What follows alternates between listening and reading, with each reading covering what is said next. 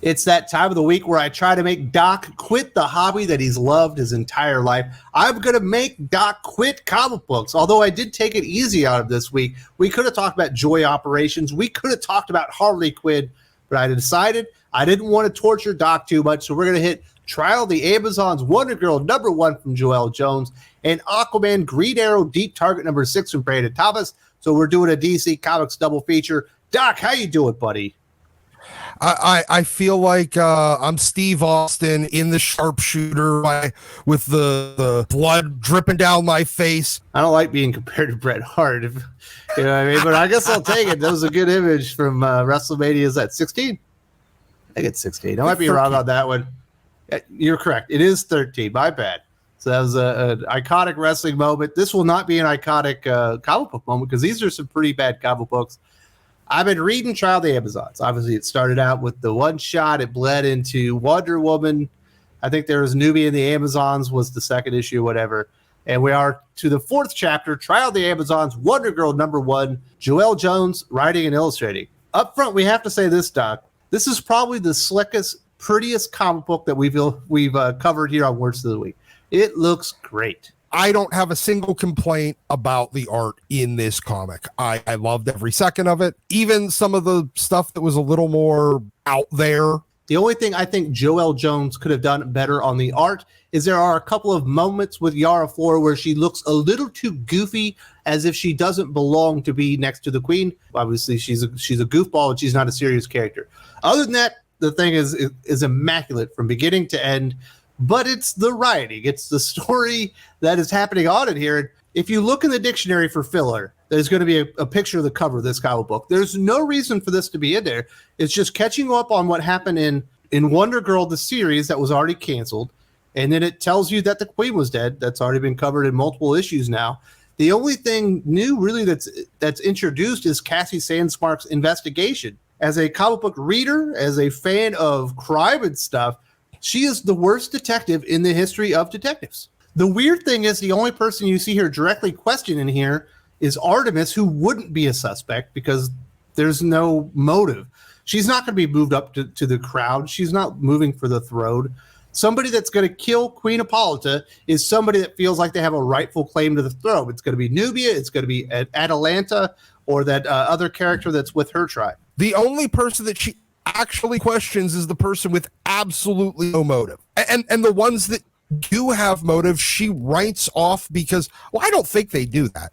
That's her logic. That's it. Just, I don't think they do it. There's a splash page where I guess it's showing you the interrogation, I guess, from the person being interrogated's point of view, and she's like hitting the table, and it's like right out of Mad Magazine. It was really stupid. For a comic book that's not well executed, I do think the investigation, which should be the most interesting part of the story, is easily the least interesting, and it's just, it comes off as more comical than serious.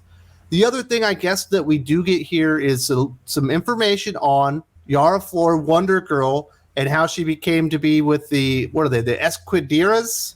Yeah, I couldn't pronounce it. Just say yes. But it's the Esquidiras. Yes. We'll call them that. The Esquidiras, the lost Amazons of Brazil. Just the idea that there's a lost tribe from like Greek mythology in the Amazons is stupid. They wouldn't even have known it existed. No, but neither would the Nova Roma over in Marvel. So I'm willing to go with that. Yes, it's kind of dumb, but apparently there's another one too. Whatever Cassie Sandsmark's is, totally forgot existed too. This story is absolutely pointless. There's no objective to this. Therefore, there's no actual story contained within it. We've got the mouth of Yara Flor, who knows who the Amazons are. She was discovered by the Esquidiras. She wasn't originally from there, and she's like, I pity the Amazons that they have to worship the gods of Olympus, although the only reason that you're immortal is because of gods of Olympus within the DC mythology, and they're slaves to them and all this stuff. And it's like, we've never been down this road before. The whole story, like I said, is pointless. The other thing, I guess, that happens in here, I don't think it specifically happens in here, but it showed, is that Doom's doorway, the guards that were there are dead now, and something bad is brewing. And we are about to get the combat tournament with the representatives of the three tribes. We've got Donna Troy, We've got whoever Nubia's Queen's Guard. We got Yara Flor and I believe Diana Prince representing all Amazons. Yeah, we got one representative from each tribe plus actual Wonder Woman as representative of all three tribes. Okay, so the thing with Doom's Door was the most interesting part of this, with Venom growing out of somebody's like chest, and apparently nobody goes to like check on the guards because they dropped that part. Like that was the most interesting part. It was only a couple panels. It was only a couple of panels, and apparently nobody ever goes to check on the guard because the rest of the story takes place over like 2 more days, and that happens rather early on. You think they would have explored that later in the comic? That's weird. There's some flashbacks in here. You're like, I don't know why this flashback needs to exist. This thing was absolutely pointless. It was very terribly executed. Other than the art is phenomenal. If you want to look at a comic book that is beautiful, go and buy your Trial of the Amazons Wonder Girl #1 and just skip the story and look at the beautiful art. But if you want to grow an engaging story that's going to get you excited about comic books, you're going to need to take a skipperoonie not only on this issue, but all of Trial of the Amazons. I've read all 4 issues. There hasn't been a good page of story yet, let alone a good issue. Not surprising. Yeah, skip this book. We do not currently have an ongoing Aquaman or Green Arrow series, although Green Arrow and Aquaman would be in the Justice League. But we get this team-up book, Aquaman, Green Arrow, Deep Target. We're on issue number 6. I have not been reading this one. I have been keeping up with it a little bit. Brandon Thomas wrote and click it. I had high hopes for Brandon Thomas. Obviously, he has stellar work on Excellence over at Image Comics. He had a really good start with Aquaman in Future State for the first issue. The second issue, not so much. And now everything he's written since has not been very good. I came into this comic book, and I kind of feel bad, Doc, because this is like one of the most convoluted stories that you could ever imagine. And jumping into it like 5 or 6 issues deep was apparently not a good idea. But I felt like I was reading, Alice in Wonderland. This was literary nonsense. Brandon Thomas, I've always considered him kind of middling. Somebody that thinks he's a lot better than, and a lot of other people think that he's better than he actually is. He's generic comic book writer D. He's all right. But this story was meandering, convoluted nonsense. I skipped the first 5 issues of this, and it made me really question whether or not I could even finish this book, because I'm like, oh, is that a demon at the beginning? And apparently that's not the demon. It's the guy that kind of looks like the demon in his costume, but it's not the demon, and it's some dude with a goatee that's a lizard version of the other guy that had come back in time from time travel. And holy shit, what? Before this, they had swapped bodies, like their minds were in the other one's bodies. So it was even worse before this. This is like cliche, like comic book plot. It made my head hurt. Like, look, I get it. You want to do a cool time travel story. This ain't the way to do it, brother. This is no. There's also a lot of really weird dialogue. Like all of a sudden, kind of near the end, Green Arrow becomes like a dude, bro. Just the way that he's talking, you're like, that doesn't sound like Oliver Queen, and Aquaman never sounds like himself. No. And they're just reacting to things that you don't see.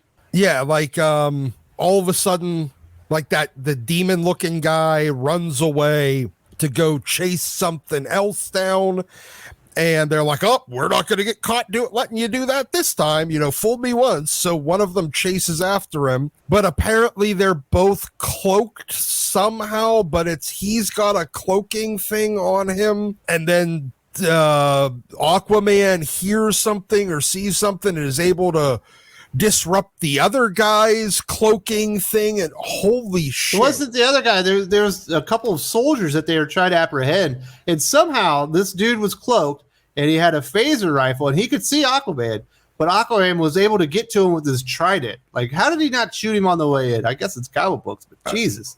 Yeah, I got nothing on this. I mean, and then apparently partway through, after they fight, they stop all the stuff, they arrest people, and they find out that this is the bad guy from the future and this is the good guy from now.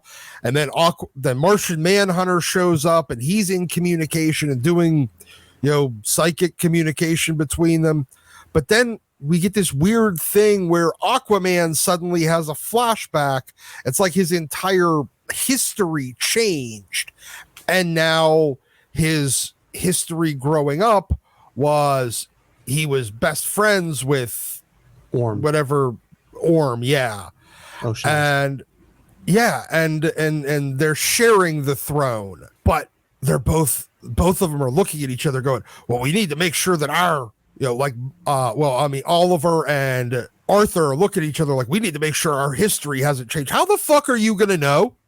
If your memory changed, how the fuck are you going to know? Please answer me that. Riddle me that, Batman.